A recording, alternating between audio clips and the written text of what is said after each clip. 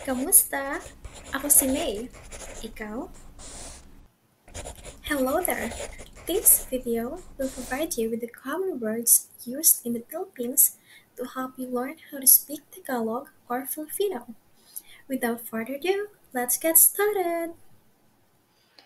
Uy, kamusta ka na? Uy, ka-mus-ta ka na. Uy, kamusta ka na? Meaning, hi, how are you? Mabuti naman ako. Salamat. Ikaw? Ma-bu-ti na-man ako. Salamat.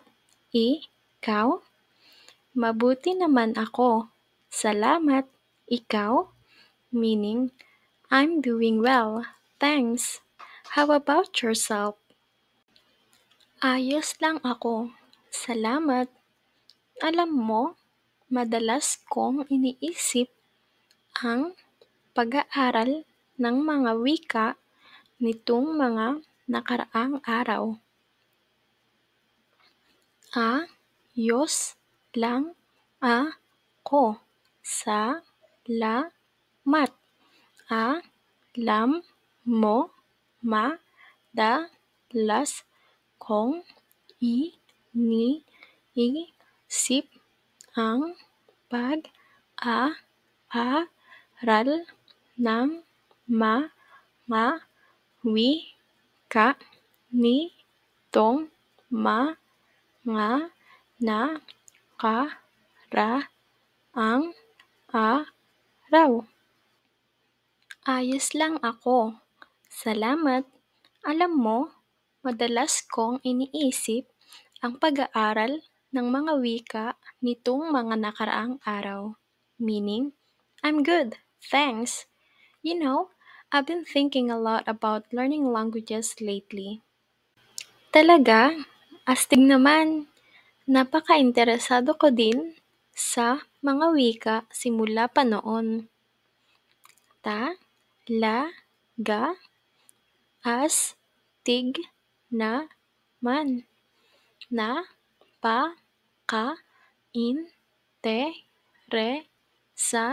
Napaka-interesado ko din sa mga wika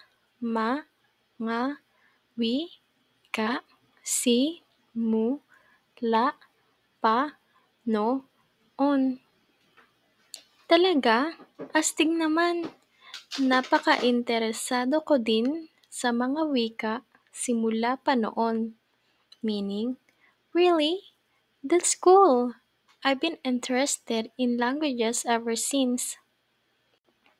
Meron talagang kakaiba sa pag-aaral na makipag-ugnayan sa iba't ibang wika na nakakatuwa.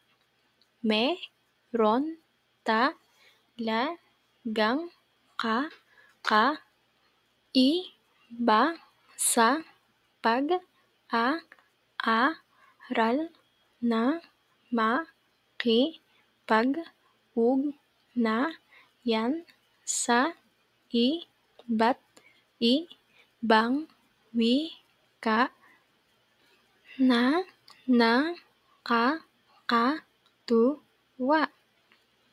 Meron talagang kakaiba sa pag-aaral na makipag-ugnayan sa iba't ibang wika na nakakatuwa. Meaning, there's really just something about learning to communicate in different languages that is so fun. Oo nga, parang pagtuklas ng bagong pananaw sa mundo. Oo nga, parang pagtuklas ng bagong pananaw sa mundo. Oo nga, parang pagtuklas ng bagong pananaw sa mundo. Meaning, absolutely, it's like discovering a new way to see the world.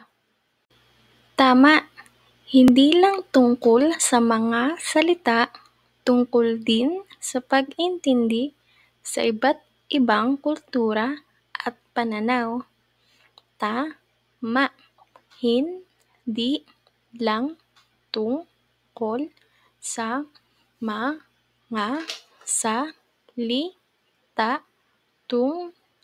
tungkol din sa pag-intindi sa iba't ibang kultura at pananaw. Tama, hindi lang tungkol sa mga salita, tungkol din sa pag-intindi sa iba't ibang kultura at pananaw. Meaning, exactly, and it's not just about the words. It's also about understanding different cultures and perspectives. Sang-ayon ako. Magandang paraan to para makipag-ugnayan sa mga tao mula sa iba't ibang panig ng mundo. Sang-ayon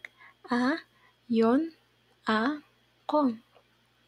Magandang paraan to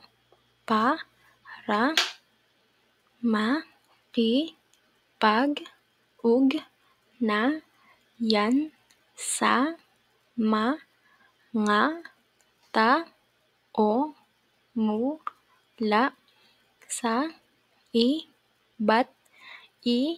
ibang panig ng mundo. Sang-ayon ako. Magandang paraan to para makipag-ugnayan sa mga tao mula sa iba't ibang panig ng mundo. Meaning, I agree.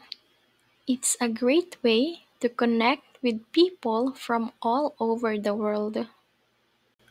Oo talaga, nagkaroon ako ng mga kaibigan dahil marunong ako magsalita ng kanilang wika kahit konti lang. O talaga, nagkaroon ako ng mga kaibigan dahil marunong ako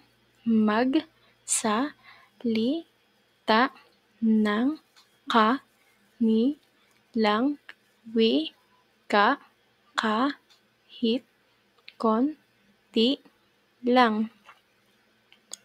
Oo talaga, nagkaroon ako ng mga kaibigan dahil marunong ako magsalita ng kanilang wika kahit konti lang.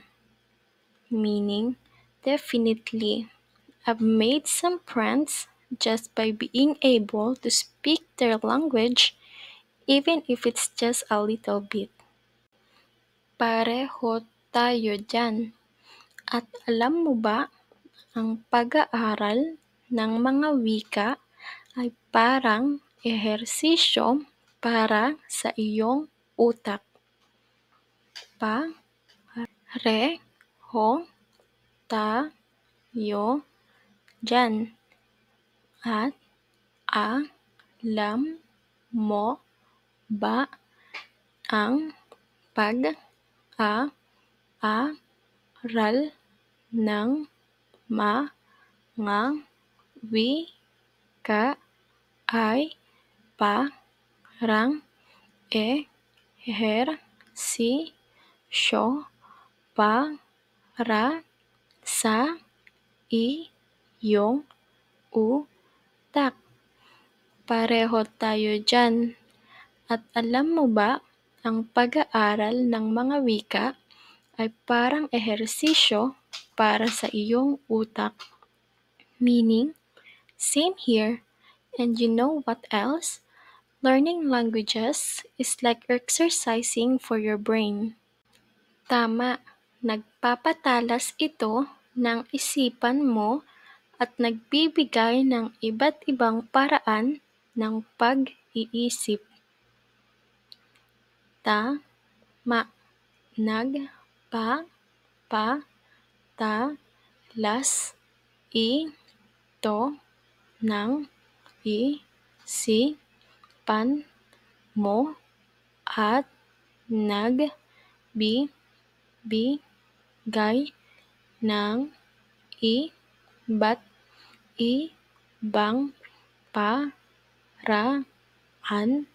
ng pag-iisip. Tama. Nagpapatalas ito ng isipan mo at nagbibigay ng iba't ibang paraan ng pag-iisip. Meaning, true.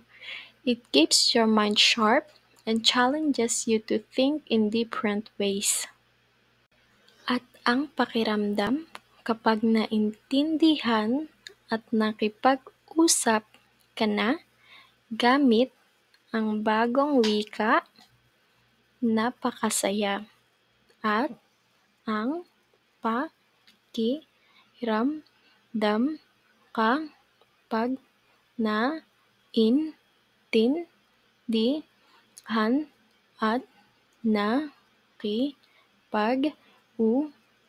at nakipag-usap ka na gamit ang bagong wika, napakasaya. At ang pakiramdam kapag naintindihan at nakipag-usap ka na gamit ang bagong wika, napakasaya. Meaning, and the feeling when you finally start to understand and communicate in a new language, it's so rewarding. Parang paglutas ng isang puzzle o pag-crack ng isang sekretong kodigo. Parang paglutas ng isang puzzle o pag-crack ng isang sekretong kodigo. Parang paglutas ng isang puzzle o pag-crack ng isang sekretong kodigo. Meaning, it's like solving a puzzle or cracking a secret code. Totoo yan. Anong wika ang inaaral mo ngayon? O, yan. Anong wika ang inaaral mo ngayon? Totoo yan. Anong wika ang inaaral mo ngayon? Meaning, that's true. What language are you currently learning? Nag-aaral ako ng Tagalog at ikaw? Nag-aaral ako ng Tagalog at ikaw? Nag-aaral ako ng Tagalog at ikaw? Meaning, I'm learning Tagalog and you? Talaga? Ang saya naman yan. Nag-aaral ako ng Mandarin. Talaga? Ang saya naman yan. Nag-aaral ako ng Mandarin. Talaga? Ang saya naman yan. Nag-aaral ako ng Mandarin. Meaning, really? That's fun. I'm learning Mandarin. Ano ang susunod na wika ang gusto mong matutunan? Ano ang susunod ng wika ang gusto mong matutunan? Ano ang susunod na wika ang gusto mong matutunan? Meaning, so what's the next language you want to learn? Pinag-iisipan kong mag-aral ng Espanyol. Ikaw naman? Pinag-iisipan kong mag-aral ng Espanyol. Ikaw naman? Pinag-iisipan kong mag-aral ng Espanyol. Ikaw naman? Meaning, I've been thinking about learning Spanish. How about you? Gusto ko talagang matuto ng Pranses. Tara, magtulungan tayo para mas maging inspirado tayo. Gusto ko talagang matuto ng Pranses. Tara, magtulungan tayo para mas maging inspirado tayo. Gusto ko talagang matuto ng Pranses.